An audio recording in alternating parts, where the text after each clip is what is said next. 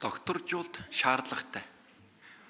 Докторжуултын гэрээ нь хөрөнгө оруулагчийн эрх ашгийг хөрөнгийг хамгаалж байгаа л зүйл шүү дээ.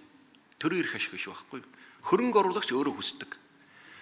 Яг энэ өнөөдрийн байгаа танаа хууль эрхцэн орчинд би хөрөнгө оруулах гэж байна. Миний хөрөнгө хамгаалалттай юу, хууль өөрчлөгдөхгүй юу гэж. Энэ хүн чинь тэр хуулийн орчингоо дүгнээд, эрсдлээ дүгнээд хөрөнгө оруулж штэ. Тэгэхээр яг тэр орчиныг л баталгаажуулна. Хууль сайжруул, сайжралт нь аваад явна, хууль муудвал тэр хүнийг хамгаална. Тэгэхээр энэ байхын зүг баха жаргалан гişүү. Хоёрдугаарт нэг сүүлийн нэг ардын намын 10 жил их болохоо байсан муудсан шиг мэгэл ингээд нэг хаанаас тийм ойлголт аваад яриад байгаа нэг яриа л байдаг болчоод байгаа. Би нэг ерөн сүүлийн 10 жил юу болсон юм бэ?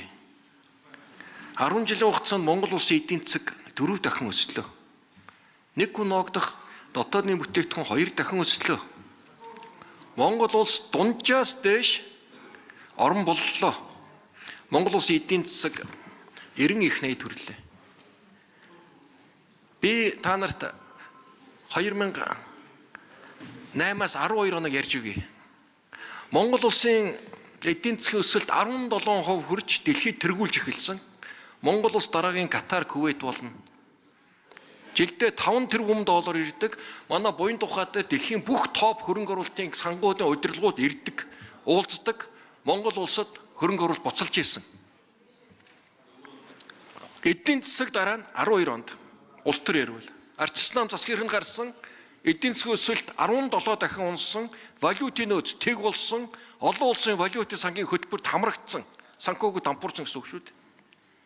Ингээд 16 онд ардын нам хүлээж аваад 4 дахин өсгөөд нэг гуногт горлоо 2 дахин өсгөөд эдийн засгаа тасралтгүй хэдийгээр ковидын хүнд үеийн хямралыг үүссэн ч гэсэн ингээд докторжуулаад гарч байна. Юм босгох гэсэн унгаа хамархан байдгийн л жишээ.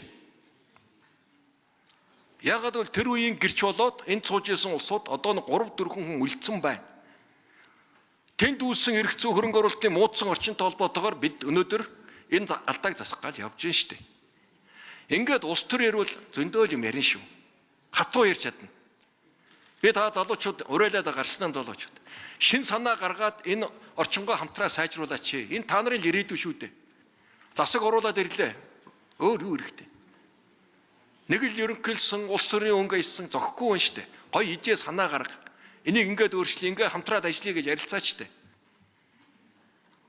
Арай өөр л өнцөх байхыг бид нараас хүсээд байдаг. Та нар манд нэг юм дэмий улс төрийн юм яриад байвал улс төр ярина шүү дээ. Жаргалан гişүү нэ. Би таны аавтай хамт энэ их хуралд